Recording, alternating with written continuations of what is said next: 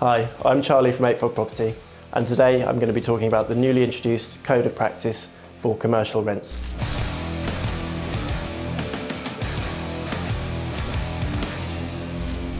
On the 9th of November, the government introduced a new Code of Practice that's aimed at helping landlords and tenants deal with commercial rental arrears that have been caused by the COVID-19 pandemic. In its statement, the government has said it will be introducing a new binding arbitration process that is going to lay out the framework for how landlords and tenants should deal with these arrears moving forward. Within this code, the government sets out that in the first instance, tenants that haven't been able to pay their rents because of the pandemic should be looking to start negotiations with their landlord and come to an agreement on how to settle these going forward. In a controversial move for landlords, the government also pushed back its moratorium on commercial rent evictions, and it says this is to allow more time for landlords and tenants to come to an agreement and negotiate how these arrears are to be settled. From the 25th of March 2022, as part of these government plans, they'll be introducing a binding arbitration process whereby landlords and tenants who have not yet come to an agreement will apply to the arbitrator for a legally binding decision.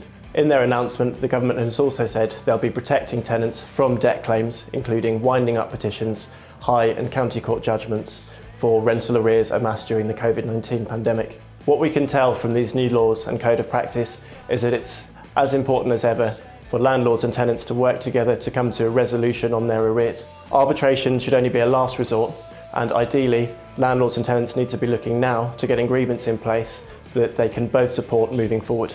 The newly published framework is a clear indicator that the government is keen for the small minority who have not yet done so to come together and reach agreements rather than dragging the process out to arbitration. Survey data indicates that over 80% of these cases have now been resolved. In those instances where cases hadn't been resolved, the next move for landlords and tenants is to apply for arbitration, where they'll be signposted to some form of ADR, such as mediation or conciliation. The window to apply for arbitration will be 6 months after the new legislation comes into force next year.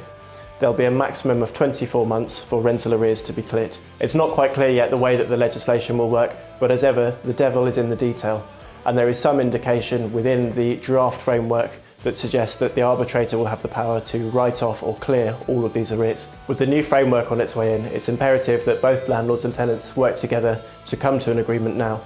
Here at Eightfold Property, we're able to give advice on a number of landlord and tenant issues.